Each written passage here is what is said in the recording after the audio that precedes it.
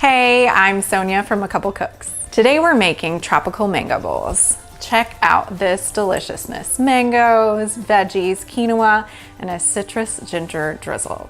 It is so good and it only takes 30 minutes to make. Let's get started. There are 6 varieties of mangoes that are available all year round. Today we're using the Francis mango, which has a rich, sweet flavor. You can find it in your supermarket and you can tell when it's ripe when it changes from green to yellow and it's slightly soft to the touch.